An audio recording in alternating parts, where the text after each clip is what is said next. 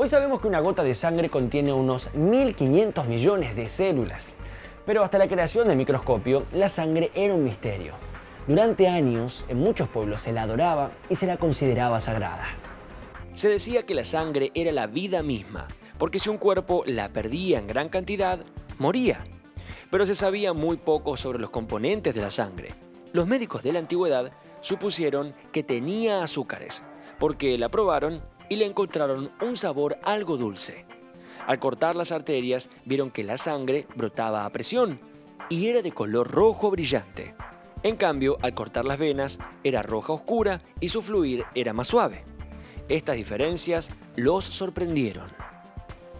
No fue hasta 1658 que Jan Swammerdam, investigador holandés, observó la sangre con un microscopio y logró identificar y registrar los glóbulos sanguíneos individualmente.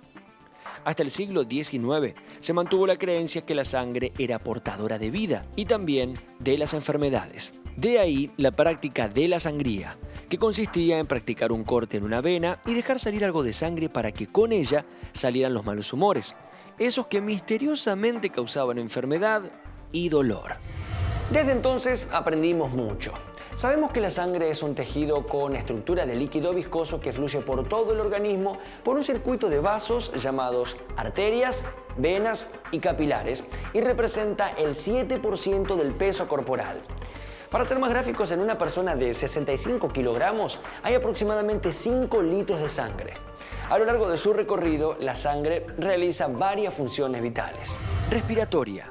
Transporta el oxígeno desde los pulmones hasta las células y el dióxido de carbono desde allí hasta los pulmones. Alimenticia. Transporta sustancias nutritivas como glucosa, sales y agua provenientes de la digestión. Excretora. Recoge los residuos y desechos para ser eliminados. Defensiva. Protege al organismo contra las enfermedades. Reguladora. Mantiene en equilibrio el agua del organismo y la temperatura corporal.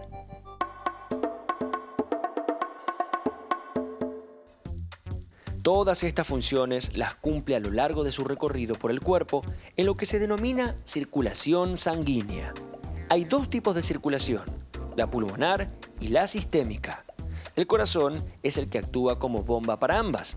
Cuando la sangre sale del corazón por las arterias, es impulsada a presión y cuando regresa por las venas al corazón, su presión es considerablemente menor a la que tenía cuando fue impulsada.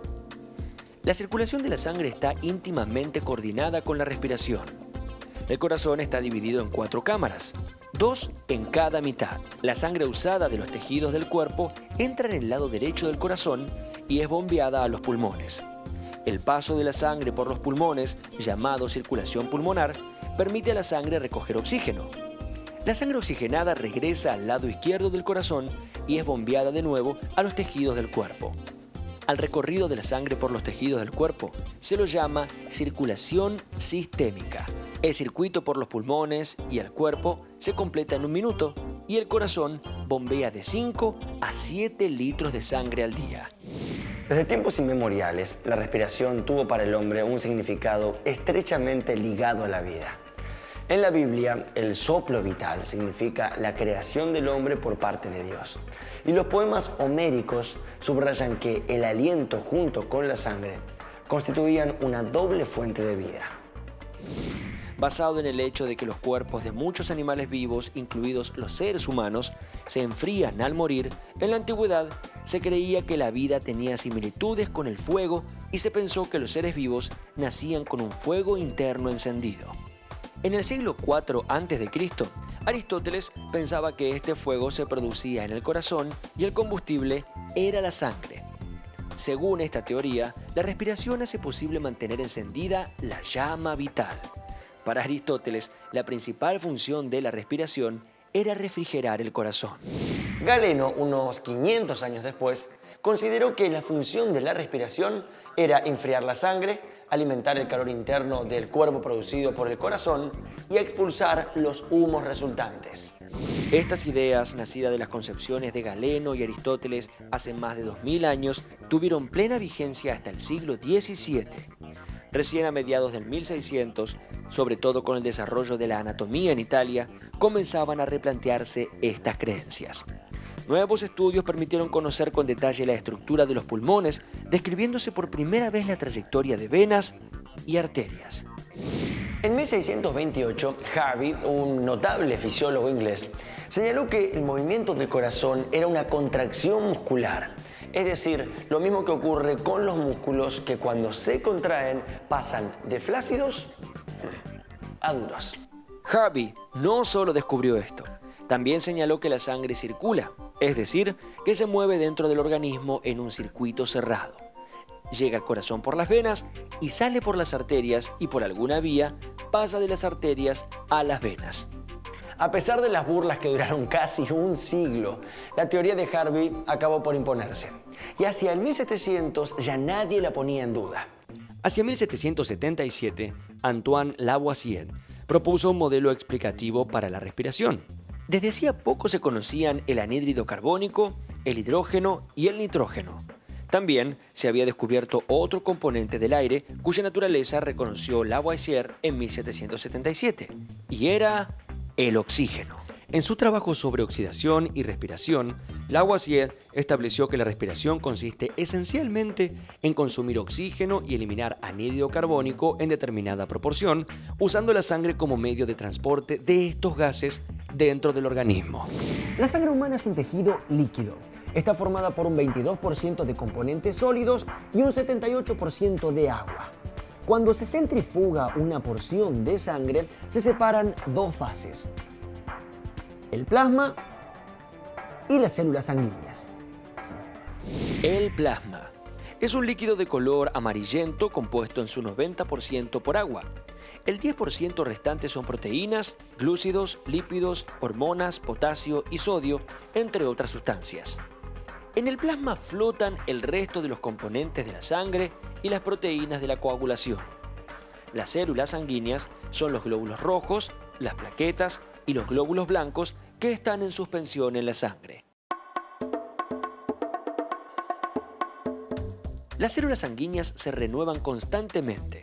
Se producen en la médula ósea, es decir, el material esponjoso que se encuentra en el interior de los huesos largos, como el fémur, y de los planos, como el esternón y la cadera. La médula produce aproximadamente el 95% de las células sanguíneas del cuerpo. Existen otros órganos y sistemas en nuestro cuerpo que ayudan a regular la producción, destrucción y diferenciación de las células sanguíneas, como por ejemplo los ganglios linfáticos, el vaso y el hígado. Las células sanguíneas formadas en la médula ósea se originan como células madre. La célula madre o célula hematopoyética es la fase inicial de todas las células de la sangre.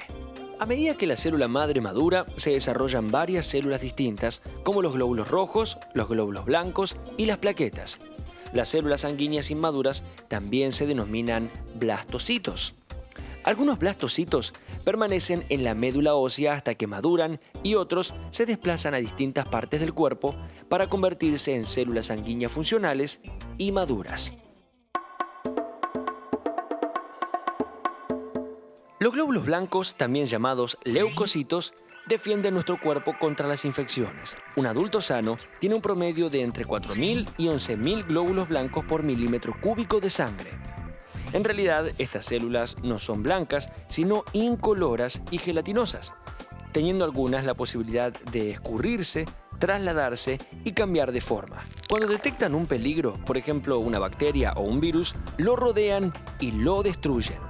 En otros casos, producen sustancias que los bloquean y matan.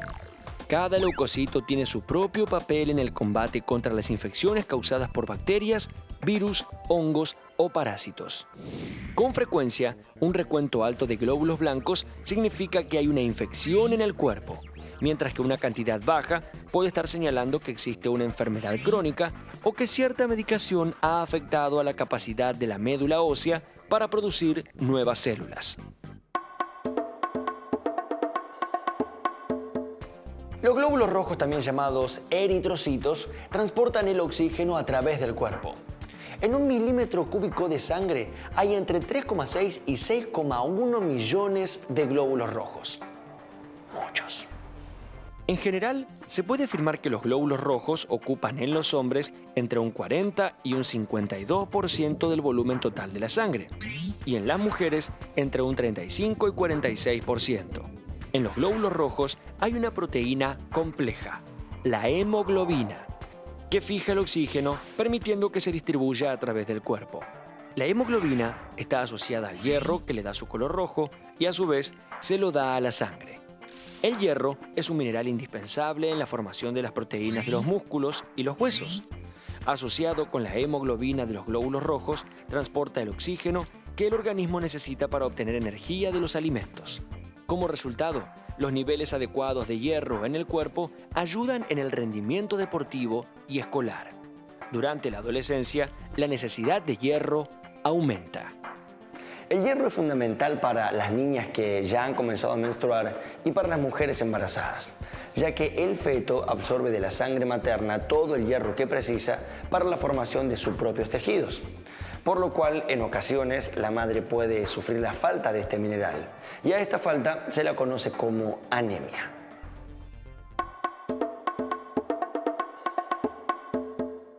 La anemia es la disminución en el número de glóbulos rojos o de la cantidad de hemoglobina que estos glóbulos contienen. Las mujeres en la edad reproductiva también pueden experimentar anemia como resultado de la pérdida de sangre durante la menstruación o en el embarazo. Uno de los síntomas que indica que podemos padecerla es la fatiga, pero las causas de esta disminución pueden ser varias. La anemia puede originarse, por ejemplo, por problemas en la formación de los glóbulos rojos, en la médula, o también por la escasez de hierro para producir hemoglobina, ya sea por una gran pérdida de sangre o por pérdidas pequeñas pero permanentes. También determinados medicamentos, como algunos que se emplean contra el VIH, pueden causar anemia. Los análisis de sangre son una ayuda para conocer el estado general del organismo. El análisis más frecuente es el hemograma completo o recuento sanguíneo completo, que es la medición del tamaño, el número y la madurez de las diferentes células sanguíneas en un volumen de sangre específico. El médico utiliza el hemograma completo para determinar muchas de las anormalidades relacionadas tanto con la producción como la destrucción de las células sanguíneas. Las variaciones de la cantidad, el tamaño o la madurez normal de las células sanguíneas pueden indicar una infección o enfermedad. El estudio de la sangre sirve para diagnosticar algunas infecciones y enfermedades. Pero, ¿qué pasa cuando perdemos sangre? ¿Qué tenemos que hacer? Una hemorragia es la pérdida de sangre. Puede haber una hemorragia interna cuando la sangre gotea desde los vasos sanguíneos en el interior del cuerpo. O puede ser externa si lo hace a través de una herida o por un orificio natural del cuerpo, como la vagina, la boca o el recto. El cuerpo cuenta con mecanismos que sirven para detener hemorragias. Las plaquetas, también denominadas trombocitos, son células diminutas de forma ovalada que se fabrican en la médula ósea y que contribuyen al proceso de coagulación. Cuando se rompe un vaso sanguíneo, las plaquetas se concentran en la zona afectada y ayudan a sellar la rotura para frenar la hemorragia o el sangrado. Las plaquetas solamente sobreviven unos 9 días en el torrente sanguíneo y son sustituidas constantemente por nuevas células. Las heridas menores y las punciones se pueden tratar en casa teniendo en cuenta los siguientes pasos. Siempre se deben lavar las manos antes, en lo posible, y después de la administración de primeros auxilios a una persona que esté sangrando para evitar el riesgo de infecciones. Para tocar a otra persona que sangra, hay que colocarse protección lo más higiénica posible. Y lo ideal son los guantes descartables. Y lo recomendable es que no falte un par en ningún maletín de primeros auxilios. La hepatitis viral, por ejemplo, una infección en el hígado que ocasiona muchas veces la muerte o la necesidad de un trasplante, se puede transmitir por el contacto de la piel con sangre infectada. De la misma forma, se puede contraer el VIH, virus de inmunodeficiencia humana que puede provocar el SIDA, si la sangre infectada se ingresa en una herida abierta, por más pequeña que sea. Con las manos lavadas y los guantes puestos, se debe limpiar completamente la herida con agua y con un jabón neutro. El segundo paso será hacer una presión directa para detener el sangrado. Y finalmente, aplicar un ungüento antibacteriano. Si existe la posibilidad de que la herida se contamine o vuelva a abrirse por la fricción, se debe cubrir, una vez que se haya detenido el sangrado, con un vendaje que no se pegue a la herida. A tener en cuenta, no se debe suponer que una herida menor está limpia porque no se puede ver desechos ni suciedad dentro de ella. Se debe lavar siempre. No se debe respirar sobre una herida abierta. En el caso de que hubiera un objeto largo o profundamente incrustado, no debe intentarse retirarlo, sino buscar atención médica. No se debe hurgar ni quitar los restos de una herida, sino buscar ayuda médica. No se deben reintroducir partes expuestas del cuerpo, sino cubrirlas con un material limpio y esperar hasta que llegue el auxilio.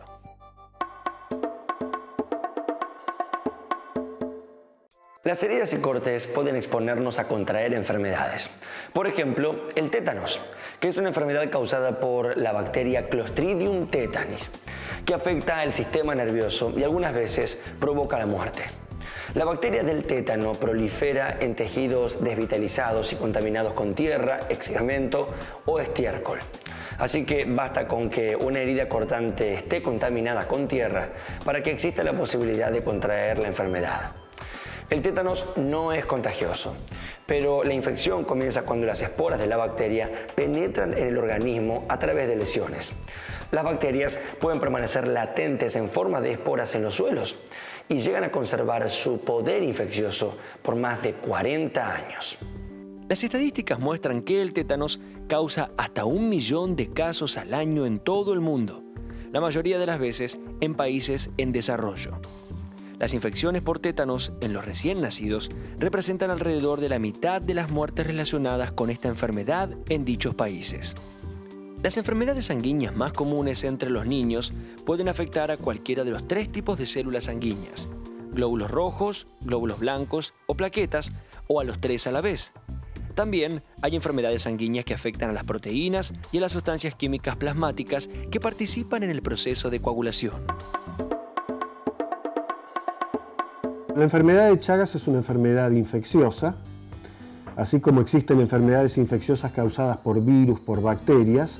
En el caso de enfermedad de Chagas, el agente causal es un microorganismo más complejo que una bacteria o que un virus, que es capaz de entrar en organismos superiores como el ser humano o animales domésticos o animales silvestres e infectarlos. El mal de Chagas es una enfermedad que se transmite esencialmente a través de un insecto.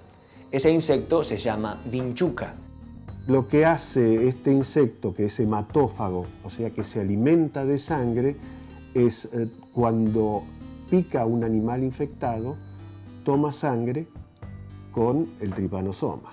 Y entonces, al posarse sobre un individuo sano, deposita sus heces, en las heces sale el tripanosoma y cuando nosotros nos rascamos con la picadura, ahí el tripanosoma entra, invade nuestro organismo.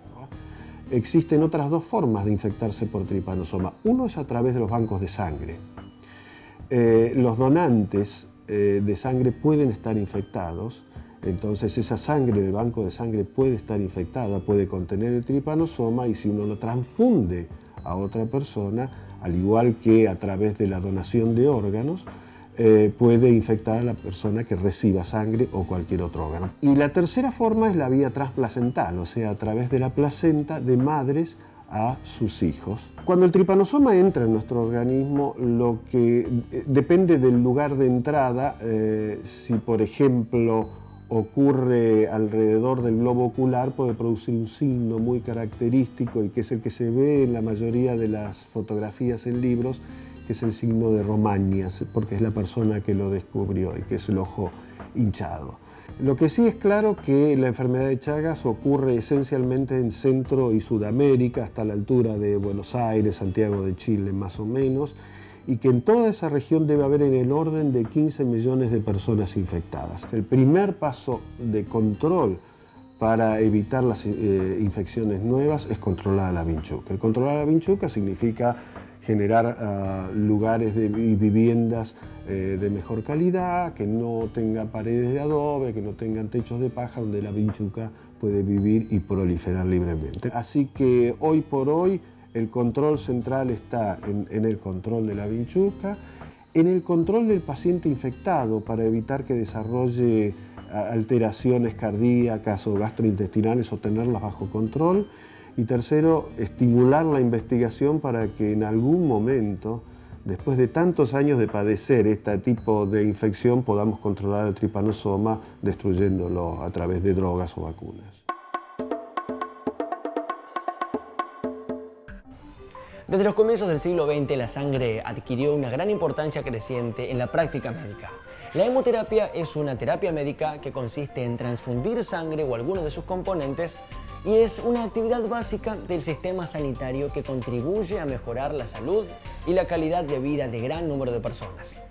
Se calcula que un 60% de la población necesitará sangre o alguno de sus componentes en algún momento de su vida.